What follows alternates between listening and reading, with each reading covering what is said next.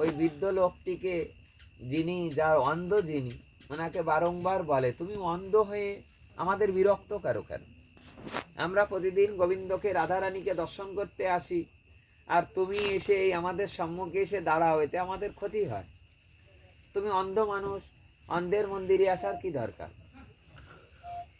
এই মরমী ভক্তটা একটাই উত্তর দিলেন, বললেন, আমি জানি আমার পূর্ব জন্মের কর্মফল ভালো নয়।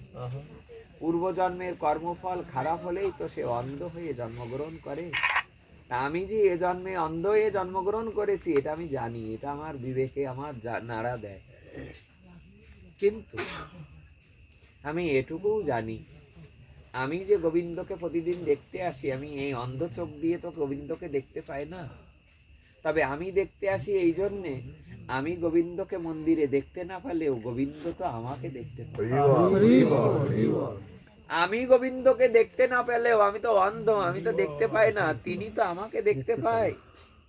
তাই কোনো না কোনো জন্মে যদি আবার দুটো নয়ন দিয়ে আমাকে এই পৃথিবীতে পাঠায়, সেই জন্ম পেয়ে যদি আবার রাধা মাধবকে আবার দর্শন করতে পারি, এই শুভ প্রত্যাশায়, এই প্রাপ্তির প্রত্যাশায় আমি প্রতিদিন শৃঙ্গার যখন হয়, আমি প্রতিদিন এসে রাধা মাধবকে নিজেকে দর্শন দিই। আমার দেখা, তার দেখা, তিনি দেখলেও তো আমাকে দেখাই হয়।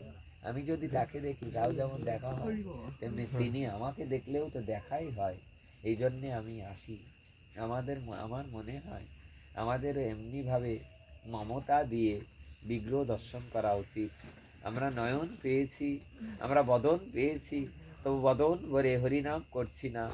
অনেকেই বদন ভরে হরিনাম করছি না।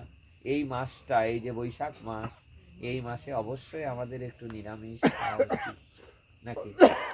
এখানে অনেক প্রসাদ ভোজী শুদ্ধ ভক্তরা আছে, তবুও যারা প্রসাদ পায় না, তাদেরকে অনুরোধ করব, তার চরণ ধরে অনুরোধ করব, আপনারা যদি 2-4 দিন এই মাসটা যদি একটু নিরামিষ খেতে পারেন, আমি কোটি জন্ম আপনার জুতো হয়ে থাকবো। আমি কোটি জন্ম যেন আপনার চরণ তলে থাকতে পারি।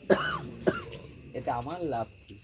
আমার লাভ এই, পৃথিবীতে আছে যত নগরাদি গ্রাম, সর্বত্র প্রচার হইবে মোর এই নাম। এটা মহাপ্রভুর লাভ কি?